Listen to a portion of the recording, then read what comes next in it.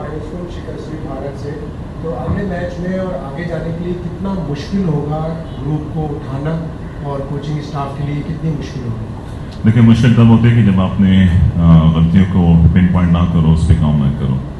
तो basically like we just had that conversation कि जहाँ पे हमारे लैप्सेस थे, तो उन चीज़ों पे हम काम करके नेक्स्ट मैचेस को लुक फॉरवर्ड करेंगे ताकि उसमें वो गलती दोबारा से ना हो। तो that will definitely gonna help in results.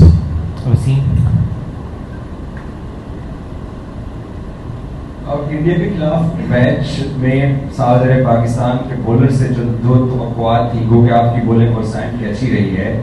Shaheen बहुत अंडर क्रिटिसिज्म है, शादाब बहुत अंडर क्रिटिसिज्म है। तो आप जो नए बॉलर आए हो इस स्क्वाड के अंदर, आप लोगों पे आप सीनियर से परफॉर्म कर नहीं रहे और एक अरसे से नहीं कर रहे हैं, तो आप लोगों पे कितना प्रेशर आ चुका है? क्योंकि पूरी कौम तो अब उन यंग प्लेयर्स की तरफ देख रही है। देखिए, प्रेशर के मुतालिक तो मैं आपको एक ही बात कहूँगा कि having game with India high intensity, तो प्रेशर वगैरह जो कुछ भी होते हैं इस नॉर्मल थिंग जो कि ह्यूमन बीइंग फील करता है।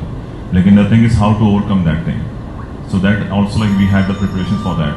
तो प्रेशर तो कोई इस तरह है नहीं as such, as you can see like we were just trying to execute our plans. और बाकी परफॉर्मेंसेज देखें डिपेंड ऑन द डे। अब उनसे लेट्स सपोज उनके जरा बॉलिंग लाइनअप मतलब जो लाइंस वगैरह जो उन्होंने मिस किए थे, तो उन चीज़ों का हमने सिर्फ एक नजरसानी डाली और अब देखेंगे कि नेक्स्ट मैच में हम उसको इंशाल्लाह ओवरकम करेंगे।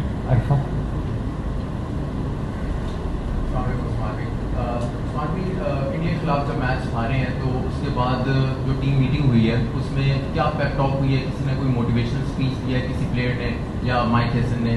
और सेकेंडली बैटिंग में देखें तो बाबर आजम बहुत बड़ा नाम है, बॉलिंग में देखें तो शाहीन आफरीदी बहुत बड़ा नाम है। इन दोनों का कॉन्फिडेंस क्या शैटर हुआ है? किस तरह का कॉन्फिडेंस इनका आपको नजर आ रहा है?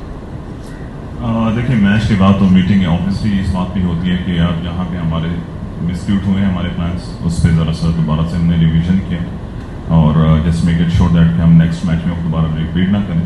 और बाकी there is no doubt like Shaheen and Babar they have won many games for us for the Pakistan, so like one game doesn't shows कि मतलब उनकी क्या कैपेबिलिटी और क्या कैलिबर है। तो मतलब जो भी लेट्स सपोज इस तरह की गेम हो जाती है तो उसके बाद ओवरकम करना है, तो इसलिए आते हैं क्योंकि मतलब they are the most senior at the moment and they know how to like retrieve their form back. So there is nothing like that कि मतलब उनका कुछ शैटर हुआ होगा या कोई प्रेशर या जो कुछ भी है, होता है पार्ट ऑफ द गेम है। किसी दिन आप अच्छा करते हो, किसी दिन बुरा करते हो, तो the thing is main thing is कि आप कैसे फिर ओवरकम करते हो, कैसे आप फिर दोबारा डिलीवर करते हो।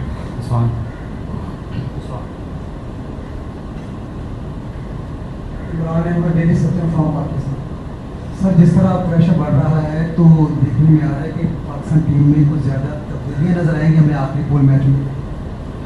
देखिए, प्रेशर ऑनेस्टली मतलब मुझे इस बात पे आपको क्लैरिटी देनी चाहिए कि ये प्रेशर क्रिएट होता है हमारे जितने भी मतलब स्पेक्टेटर मोड्स हैं, जितने भी सारे लोग हैं, तो उनको लगता है कि यार काफ़ी प्रेशर पैनिक वगैरह बन जाता है। लेकिन in the team I never felt that thing कि यार कोई प्रेशर बना हुआ है। हार जीत एक हिस्सा है गेम का।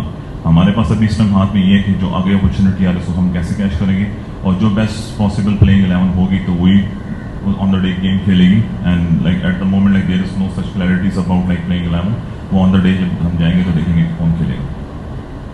इतनी स्ट्रगल के बाद, इतनी मेहनत के बाद टीम में शामिल होना, फिर उसके बाद से आपकी पूरी टीम का आप पर एतमाद करना, और सिर्फ आपकी टीम एतमाद नहीं कर रही थी बल्कि मुखालिफिन भी आपसे डर रहे थे, तो कैसा लग रहा था? कितना प्रेशर था पिछले मैच में या आइंदा आने वाले मैचों में? एज आई सेड बिफोर कि स्ट्रगल जो वर्ड यूज़ करते हैं हम इसके लिए, तो वो आई गेस स्ट्रगल नहीं है, वो प्रोसेस था जिस स्टेज से मैं गुजरा। And I think like that process made me to be like the way I am today. और जहाँ तक दबाव की बात है या प्रेशर जो मुखालिफ टीम या जो भी है, तो इससे कुछ sign for me I guess कि मतलब वो लोग अगर प्रिपरेशंस करते हैं इन चीज़ों पे कि यार उस्मान तारिक को कैसे टैकल किया जाए, तो like it's a kind of confidence, more confidence I do feel कि यार हाँ मेरे लिए कोई तैयारी स्पेशल की जा रही है।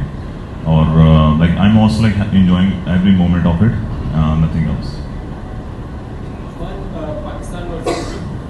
पाकिस्तान वर्सेस इंडिया मैच में बात हो रही है कि आपको बहुत लेट लाया गया, जो एक्स फैक्टर था जिसकी वजह से जो एक फर्स्ट 10 ओवर्स में जो इंडिया ने एक्सेलरेट किया, अगर आपको पहले लाया जाता तो आप उस टाइम खड़े हुए सोच रहे थे कि मुझे बॉल मिल जाए, मैं यहाँ पे कोई एक आध वो करूँ, ऐसी कोई चीज़ माइंड में थी? एक चीज़। दूसरी चीज़ ये कि पाकिस्तान वर्सेस इंडिया गेम बहुत बड़ा होता है और पहले आप इस ड्रेसिंग रूम का हिस्सा नहीं से आए, प्रेशर है, इंटेंसिटी है, सब कुछ अब इससे थ्रू है। पहले ज़रूर लगता होगा कि यार क्या हो जाता है कि टीम इतना इंडिया के अगेंस्ट अच्छा नहीं खेल कर पाती है, वो आपसे गुजरे हो तो आपको क्या लगा कि क्या ऐसी चीज़ होती है as first timer? Mike Hesson already इसका जवाब दे चुके हैं प्रेस कॉन्फ्रेंस में, तो इनको क्यों बाद में लेके आते हैं, और दूसरे का भी ऑलरेडी कर दिया है। जुल्करनैन को दे दो प्लीज़। उस्मान, जो हुआ हो गया, अब as a Pakistani as a player आपकी क्या ख्वाहिश है? पाकिस्तान टीम कहाँ तक पहुंचे और अगर फाइनल में पहुंचे तो किसके साथ होना चाहिए मुकाबला? नो मैटर कोई भी टीम आए, फाइनल खेलना ही हमारा इस टाइम गोल है और फाइनल जीतना ही हमारा प्राइम गोल है। तो हमारा बस इस टाइम फोकस इस चीज़ पे कि how to like go and play the final and win it for you guys, मतलब हमारे अपने नेशंस के लिए, उनकी खुशी के लिए। हमारे लिए इस टाइम यही सबसे ज़्यादा बड़ा मकसद है। ये नहीं देख रहे कि यार कौन आगे आ रहा है कौन नहीं आ रहा, क्योंकि आपका मकसद जब होता है जीतना तो उसमें ये नहीं होता कि आपके ओपोनेंट कौन है कौन नहीं है। उस्मान, ये बताएं कि इंडिया पाकिस्तान गेम कितना बड़ा करियर डिफाइनिंग आपके लिए रहा है, क्योंकि पहले आपने मैच नहीं खेला था और अब खेलने का जब मौका मिला तो क्या समझते हैं कि इस मैच से ज़्यादा शोहरत आपको मिली है और आप इसी तरह इसको कंटिन्यू करेंगे? जी ऑफ कोर्स, पाकिस्तान इंडिया का जो मैच होता है तो आई गेस हमारे सारे नेशन उसको देखती है, थ्रू आउट द वर्ल्ड लोग काफ़ी देखते हैं और उसमें एक अपॉर्चुनिटी, मतलब honestly I was feeling this match as an opportunity, a big opportunity कि जहाँ पे मैं बड़ा नाम कमा सकूँ and I just tried my level best. मुझे पर्सनली ये फील होता है कि I wasn't up to the mark जिस तरह मुझे करना चाहिए था और लेकिन let's hope like if it just like ever I just get the match again and I would love to do much more better than the game I did in the last week. Usman, जब सबसे पहले आपकी बात करते हैं, आप पे तो इंडियन चैनल्स ने कमाल कर दी, आपकी डॉक्यूमेंट्रियाँ बनाई, सब कुछ किया, तैयारियाँ भी की गई आपसे रिलेटेड। आप बताएं कि आपका फेवरेट जो है रोल मॉडल जिसको आपने देख के क्रिकेट स्टार्ट की वो कौन है? और दूसरा, पाकिस्तान टीम में ऑलराउंडर कहा जाता है बहुत ज़्यादा है, तो क्या आप ये समझते थे कि प्लेइंग 11 जो भारत के खिलाफ थी उसमें फ़खर जमान या ख्वाजा नाफे में से कोई एक प्रॉपर बैटर होता? देखिए, ये जो प्लेइंग 11 की आप बात कर रहे हो ना कि यार ख्वाजा नाफे होते हैं, फखर होता है, I guess like that's not my domain. I am just focusing on my bowling and उसके अलावा जो भी प्लेइंग 11 डिसाइड होती है हमारा, देखिए एक ही कॉन्सेप्ट होना चाहिए कि जो भी डिसीजन हमारे कैप्टन लेते हैं या सेलेक्टर्स लेते हैं या कोच लेता है, we should back them, because मतलब अगर हम लोग कंट्रोडिक्शन करेंगे तो उससे यहीं से कॉन्फ्लिक्ट स्टार्ट होते हैं, यहाँ से इशूज स्टार्ट होते हैं। और आपका दूसरा सवाल क्या था? आपका रोल मॉडल जिसको क्रिकेट देख के मैंने तो क्रिकेट में मैं दोबारा वापस आया तो धोनी को देख के, क्योंकि मतलब like after watching that thing that the story was quite similar, क्योंकि मैं भी जॉब कर रहा था वो भी जॉब कर रहा था। सो आई फेल्ट दैट कि यार ये भी एक इंसान है जो कि इसने भी एक हिस्ट्री क्रिएट कर दी है, तो मैं भी तो normally like simple human being मैं भी हूँ, तो हो सकता है कि क्या पता कि मैं भी इसी पाथवे पे जा सकूँ, लेकिन उसकी मेहनत बहुत ज़्यादा करनी पड़ेगी जिससे कि मतलब बाकी सारे ने की है। तो that's the only fact, like I just came to cricket world again just because I miss Dhoni. Usman, आपकी इंटरनेशनल कैरियर अर्ली स्टेजेस पे है और आप अर्ली सक्सेस भी टेस्ट किए हैं। पहले इंडिया मैच के पहले जो टीम्स के खिलाफ आप खेले थे, उसका जो बैट्समैन आपको जैसे काउंटर किया और जैसे खेला और इंडियन बैट्समैन ने जैसे आपको खेला, उसमें कोई फर्क आपको नजर आया?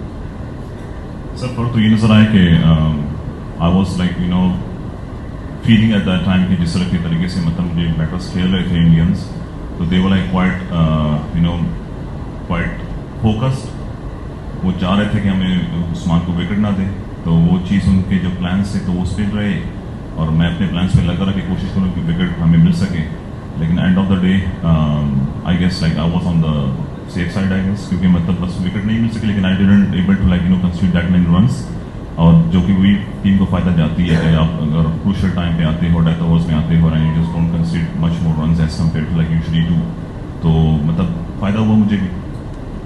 उस्मान शिबली नगर। अच्छा उस्मान, आपका बॉलिंग एक्शन यूनिक है और ये सबको पता है, कोई ऐसा नहीं है कि इंडिया के खिलाफ मैच से आई क्रिएट हुई हो, मगर जब भारतीय हमने देखा कि सूर्य कुमार यादव खुद आपके स्टाइल के अंदर बॉलिंग करवा रहे थे अपने बैटर्स को, उस चीज़ का आपको कितना कॉन्फिडेंस मिला? जैसे आपने अभी कहा भी कि उन्होंने अपनी तैयारी की थी और वो आपको विकेट नहीं दे रहे थे, लेकिन साइड ने फिर विकेट देनी है, तो इस सारे सिनेरियो को जैसे वो आपको कॉपी कर रहे थे, इवन नेट्स के अंदर भी उन्होंने आपकी तरफ एक बॉलर को लाया हुआ था, तो इन सारे मरहले से आपको कितना कॉन्फिडेंस मिला और इस मैच में क्या कहते हैं?